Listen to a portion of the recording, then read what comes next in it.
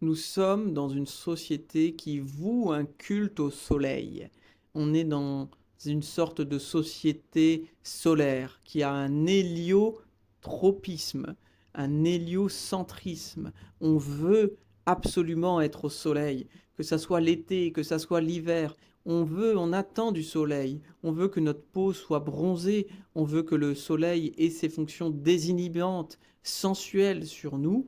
Nous voulons également qu'il nous vitalise, ce soleil, et qu'il éclaire notre ciel, qu'il rende notre espace ouvert, baigné de soleil, remarquablement lumineux. Mais, s'il y a bien cette tendance très très commune en France, les psychanalystes peut-être peuvent apporter autre chose à la société qu'un éclairage supplémentaire sur cette question-là. Il y a, pour la psychanalyse, l'envers du soleil qui nous intéresse, la lune, c'est-à-dire l'ombre, l'ombre qui est présente en chacun, l'ombre qui résiste aux volontés de mettre une lumière aveuglante partout.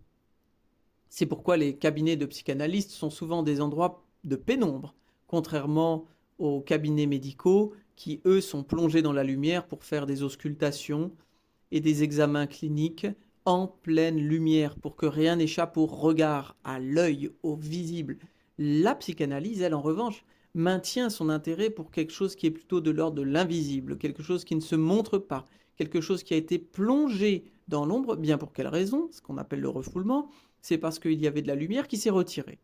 Et c'est la trace du retrait d'une lumière pour des raisons de censure qui fait qu'il reste de l'ombre, qu'il y a de l'ombre en quelqu'un, qu'il y a une part ombrageuse, qu'il y a une part qui ne rentre pas dans la société, dans le jeu social, dans le jeu de l'éclairage, dans le jeu de la représentation du moi.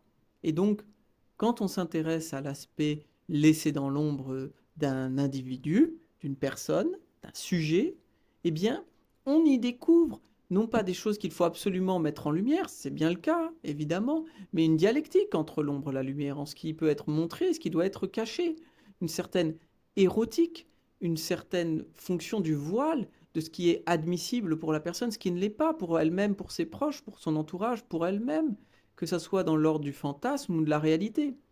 Il y a toujours une dialectique entre l'ombre et la lumière.